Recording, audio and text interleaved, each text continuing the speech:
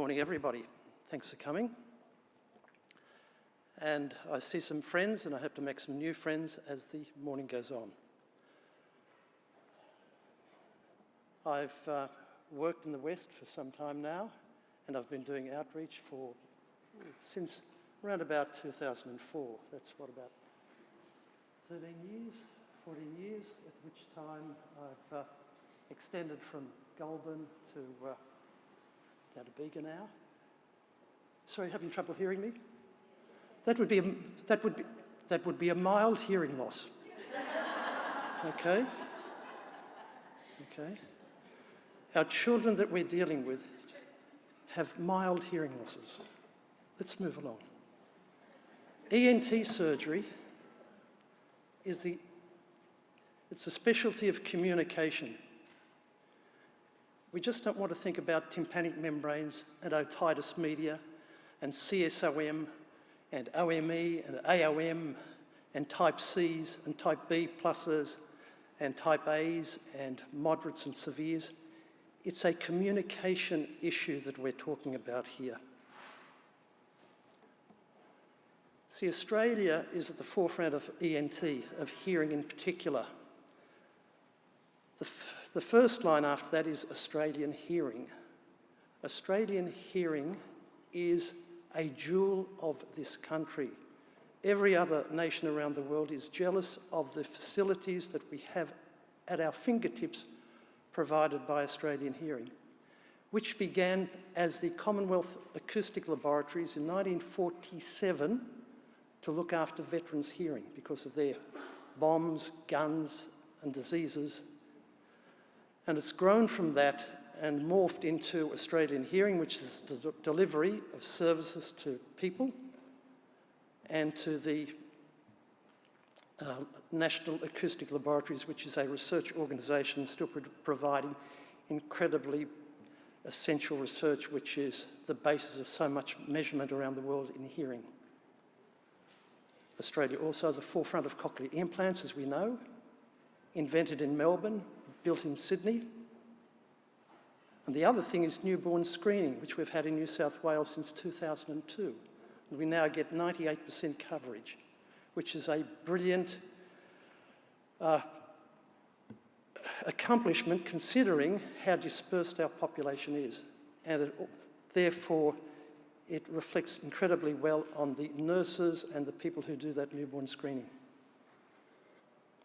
The important thing with the screening is to get to the children who have a hearing loss and get them a cochlear implant before they're 12 months old, because even if they're born with basically no hearing, they will have normal speech and developmental outcomes if we can implant them by 12 months. So let's talk a little bit about otitis media, these words we hear so much about. I like to break it down to just two simple types: wet and dry. When we look at those pictures about little Aboriginal kids running around remote communities with runny ears and runny noses, that's the wet otitis media. That's perforations in the eardrums, frequently or almost constantly running. Clearly those children are going to obviously have hearing troubles. Blind Freddie could see that. Glue ear, otitis media with effusion, is the same in all populations who live in the city or the suburbs or regional New South Wales. The Aboriginal children ears are no different from non-Aboriginal children's ears if you see them in the city, the countryside here. But once you get out to the red centre and the red dirt, it's a totally different ballgame. So it's not Aboriginal ears which are the problem, it's the communities, it's the socio-economic circumstances. Mild hearing loss. Most middle ear disease causes a mild, maybe a moderate hearing loss. They are capital mild and capital moderate. They are technical terms. That means the hearing loss is more than 20 or 25 decibels, up to 40 decibels for mild, 40 to 60 for moderate, 60 to 80 for severe, 80 plus for profound. They are lines on a graph. Saying that there's a mild hearing loss does not mean the outcomes for that child are mild.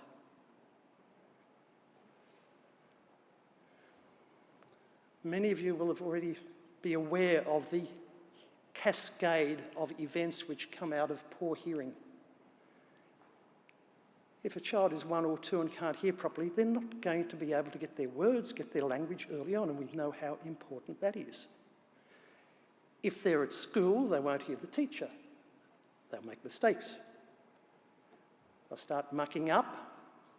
What else is there to do? They get frustrated, they get into trouble and go into detention. Then they start avoiding school. Then not only can't learn, they won't learn, and they don't learn, so you get into trouble. We know from surveys that 98% of guys in jail in the Northern Territory have a hearing impairment.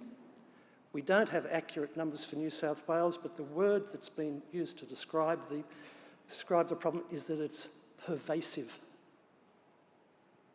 You can see why I think otitis media clinics are important.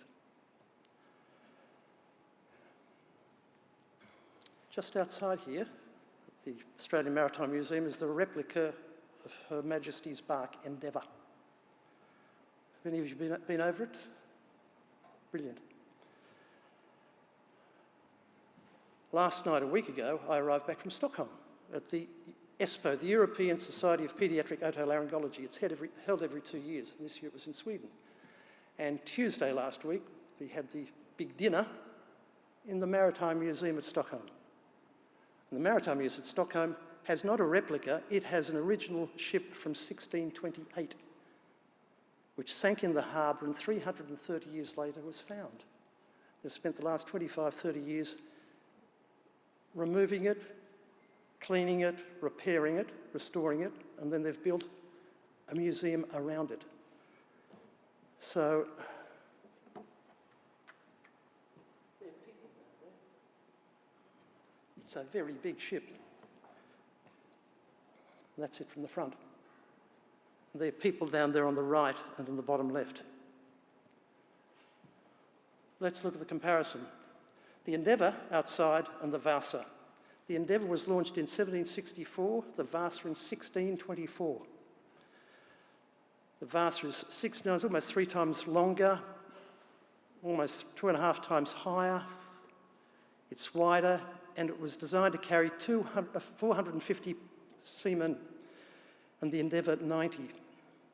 The Endeavour sailed to Tahiti, discovered the east coast of Australia for the Europeans, and then did 3 more trips from England to the Falklands. The Vasa, on its first trip, sailed 1,300 metres and sank. The King of Sweden wanted a very big warship. They were fighting the Polish-Lithuanian Empire. They'd lost heaps of ships in the last 12 months. They said, I want a big ship. So the contract was won by 2 businessmen. It was privatised. Then it turns out they had 5 separate teams working to build this big ship. Only a few years ago, it was realised that some teams were working with Swedish foot measurements, which are 12 inches, and other teams were working with the Amsterdam foot measurements, which were only 11 inches. That didn't help. And then the project leader died mid-project, and it was carried on largely by his wife after that. Now, using the wrong measurement isn't all that uncommon. Some of you will remember, just under 20 years ago, the Americans sent a rocket up to Mars, and it crashed. And they realised what had happened is that one group hadn't converted imperial English measurement to metric. So they stuffed it up just 20 years ago in the Mars space probe. That is so dumb, said the director of the University Space Policy Institute. I think we'd agree. Not learning much. So the Vasa had an extra deck. It had 64 bronze cannons and almost no keel. There was no room for ballast. So when there was a bit of a wind, it tipped over. They hadn't closed the holes where the guns put out, so it just tipped a bit and sank 1,300 metres on its maiden voyage. That's the back end of it. Everything was made on what looked right rather than measurement. So what do we learn about the Vasa? It was top-heavy. There was no data. They had the wrong measurement tools. There was poor communication, and there was too little resource down below. Sound familiar for failure? Happens everywhere. It's been happening for a long time. Now, on the Endeavour, the replica out here, when it sailed up the east coast, there were two botanists on board. One was called Joseph Banks, and the other was a guy called Daniel Solander, his assistant botanist, who was paid for by Banks, who was a really rich guy. Banks also, because he was paying his way, he had a bit of sway with Captain Cook. And Banks, he paid for Solander, he paid for a botanical artist, he paid for 2 botanical draftsmen, 4 servants for himself, and 2 of his favourite greyhounds, all on the Endeavour. So when they got to Botany Bay, the sailors thought, crikey, there are a lot of stingrays, let's call it Stingray Bay. But when they got off and looked around, they realised how very different the flora and the fauna were in Australia, in this new land. So they said, let's call it Botany Bay, not Stingray Bay. And now we know that the north head of Botany Bay is Cape Banks, and the south head of Botany Bay is Cape Solander. Just dragging on a little bit, but Daniel Solander, remember I was in Stockholm in Sweden? He was born in Sweden and went to university 70 kilometres up the road from here to Springwood away in Uppsala University. That house and garden have been there since 1741, and it's the house of the Professor of Medicine. And in the garden, you always see that like our botanical gardens, there are always little labels on the plants. And when we look at the labels, they're usually a name like Centaurea montana. Another one is Sassafraga hypnoides. We have other names for our animal kingdom. Homo erectus, Homo sapiens.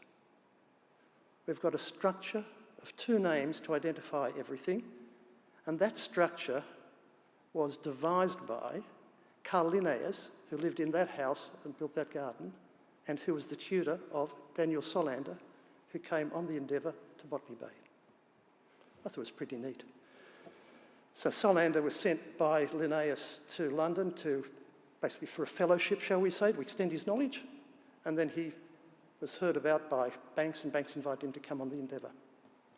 So it just rounds it up, and that's the desk in the room where they studied together. So in 1788, the first fleet arrived. The first fleet came to bring all these convicts and people from Britain because they'd been languishing on these rotting hulks we know in the Thames. And there was the American Revolution, there's nowhere to send them. So Joseph Banks had a great idea. He said, I know this place down south. Let's send them to Botany Bay. So Banks is partly, or maybe even largely, responsible for that first fleet, which I describe as bringing a biological bomb to the pristine continent of Australia. And it cleared it. The infections, cleared the peoples. Within 2 years, the original language had essentially been lost. Of course, it is a spoken language, or all the Aboriginal languages are spoken languages, rather than written.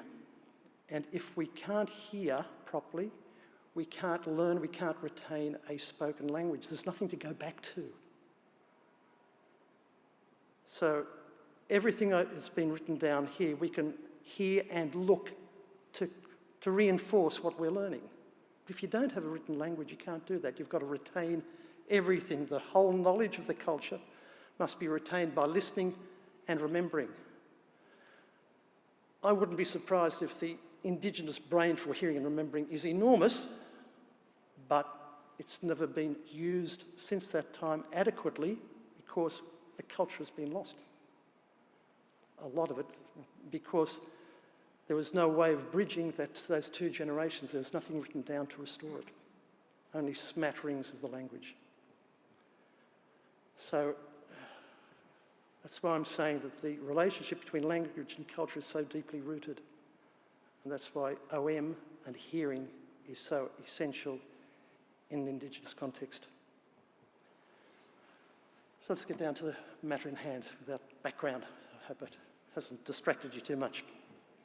So I've been doing otitis media clinics since 2005. We started one from Westmead in 2004 when we had a fellow, and then I've taken over since then. Then Goulburn, Bega, and more recently through Rural Doctors, Port Macquarie, and I've done one-off clinics at Tari, Coffs Harbour, and out at Wilcannia, and I've been half a dozen times up to East Timor. So there are a lot of clinics being done around the place, but otitis media clinics, I think, are special because it's children that we're dealing with. But with children, they can't walk in themselves. They come with families attached, with parents or carers, siblings, cousins, aunts, drivers, workers. They go to school or kindy or daycare. They relate to a lot of children there. They spread their fun and spread their germs in those areas. You've got audiology to do with children, which is not as easy as doing it with adults. Up to 4 years of age, we can just do an overall hearing test. We test hearing. We don't test the left ear or the right ear. My right, my left. We test hearing because those hearing tests up to about 4 years of age are the puppet shows. And puppet shows just test what you can hear overall. They don't tell you whether you're deaf in one ear or not. So that's a difficulty. So it's so important that the children have their first screening hearing test at birth, which tests them individually because it's a computer test, which can be done because they're quiet and sleepy. But once they're up and about and moving, it's a whole different ballgame. Then with a lot of these children, they've got comorbidities, might have autism spectrum disorder. And one of the main presentations of that is language delay. And with the language delay, is it because of glue or is it because of something else like autism spectrum? A lot of them will have ADHD, then trying to get a hearing test out of a kid with ADHD is a whole different problem. They might have abstinence syndromes, or they may have behavioural problems there. And this brought to mind just something I learned about 48 hours ago, a 17-year-old who did not turn up for surgery.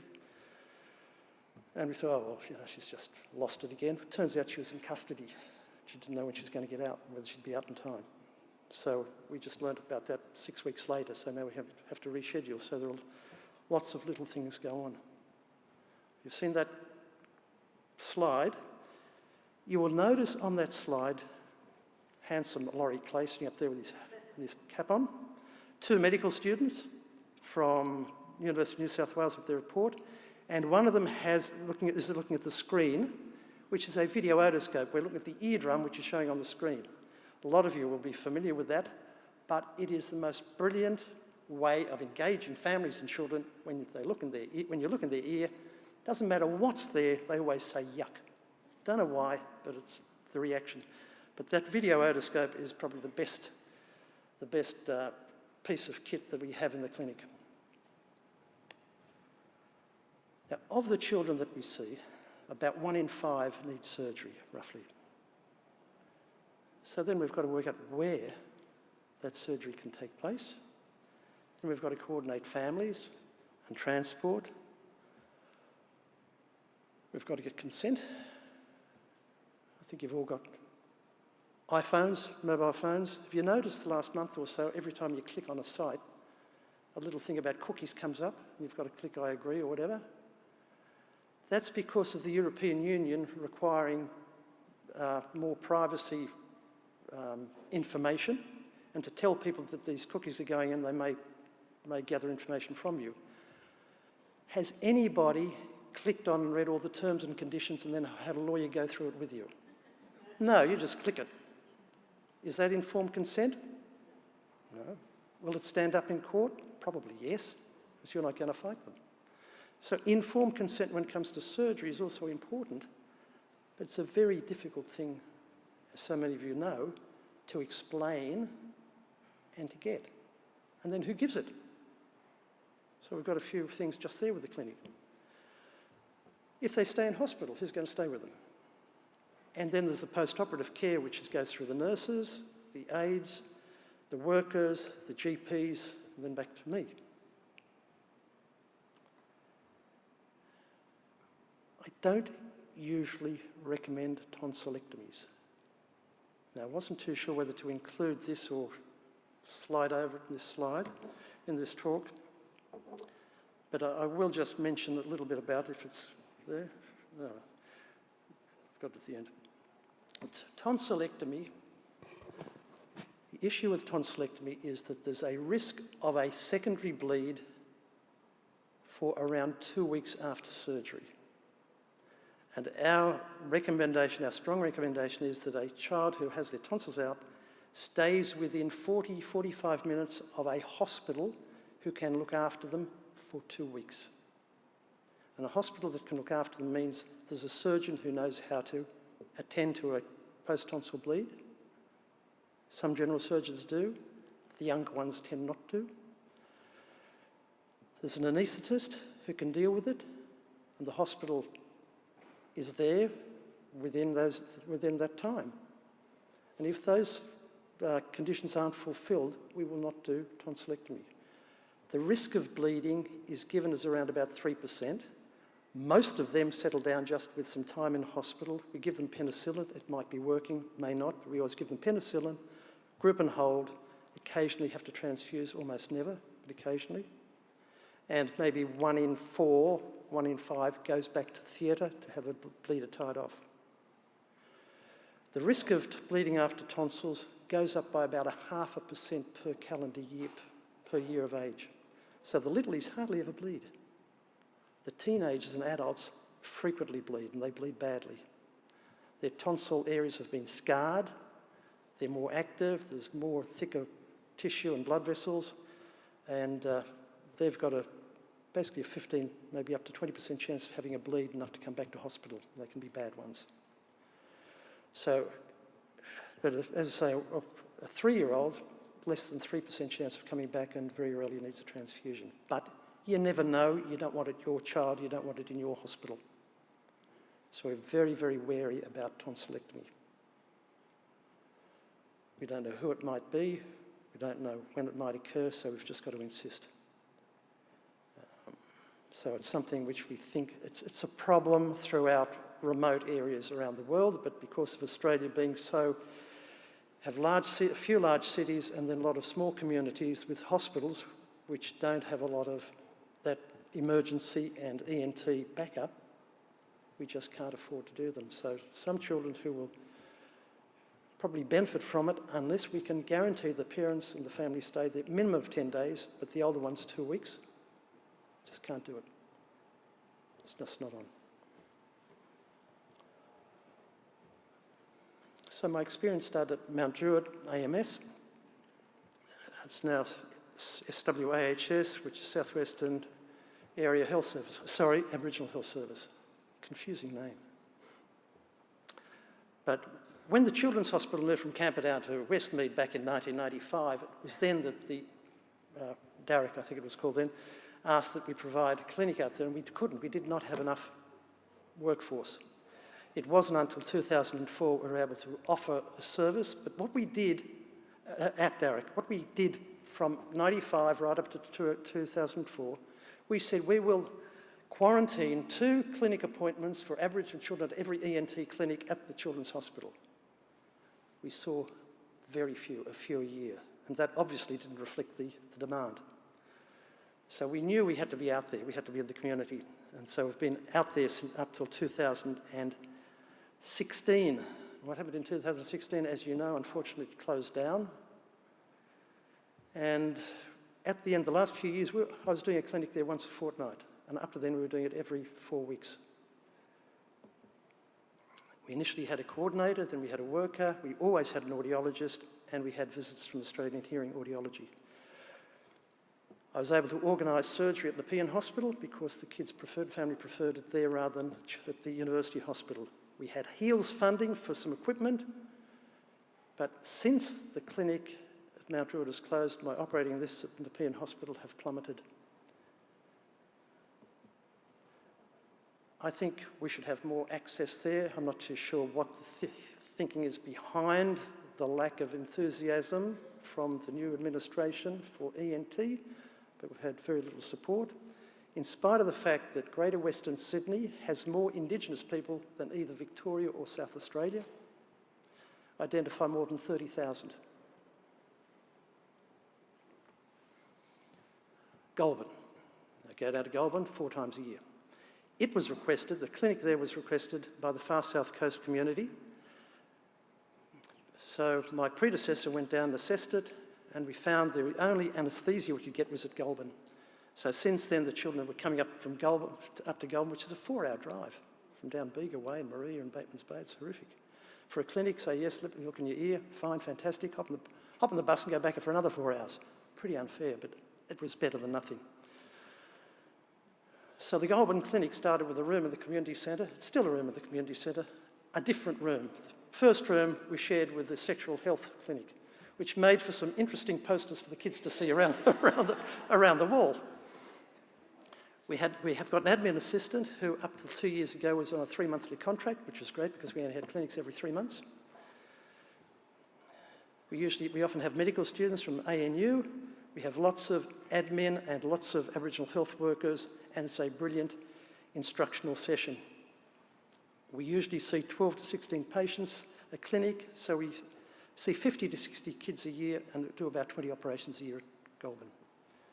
Bega, we added in 4 years ago. We go there 3 times a year. We see about 50 patients at a time there.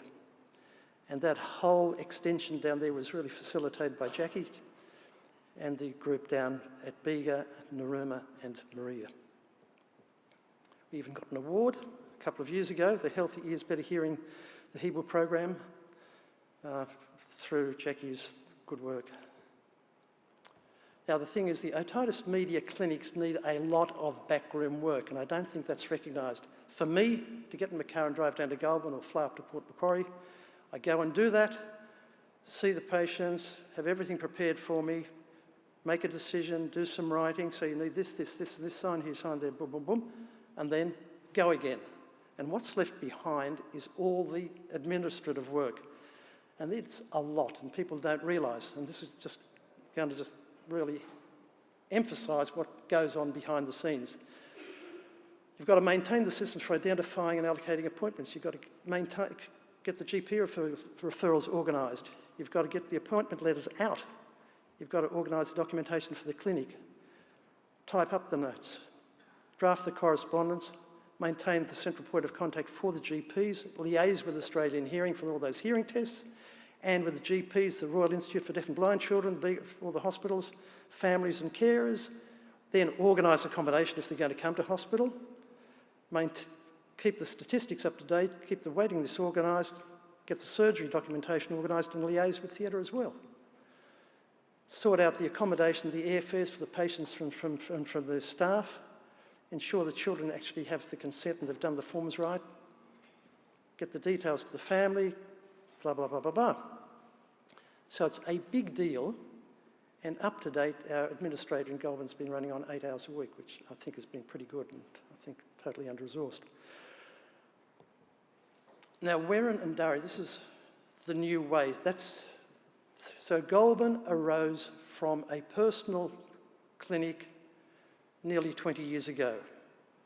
Werran and Darry clinics at Port Macquarie and Kempsey have been promoted, developed, sponsored by Rural Doctors Network, so that now we're working in not ad hoc facilities, we're working in established medical services and a teaching hospital.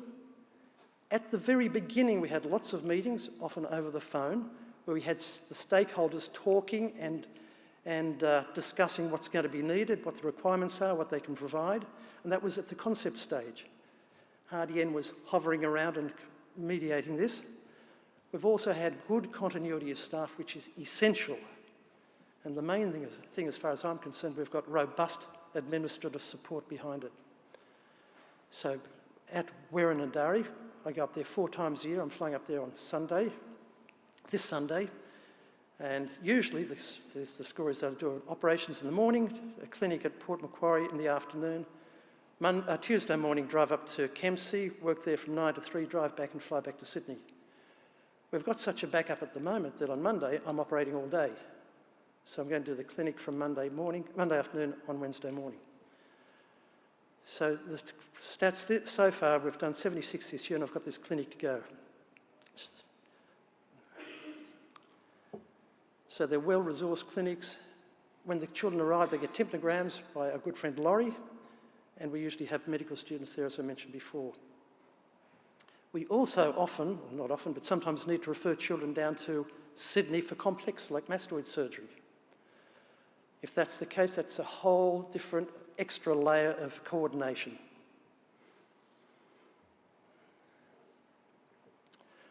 So with this new structured pathway, we've got known and shared responsibilities. There's local ownership. We get the diagnosis, the treatment, the education done in a coordinated fashion. There is regular delivery. We've got to get there 4 times a year, no matter what. We can't cancel or delay. And the whole point is this is a reproducible model. So to wrap up, as far as I'm concerned, outreach clinics, OM clinics, are clinics which maximise, optimise communication and help preserve and extend Aboriginal culture. Thank you.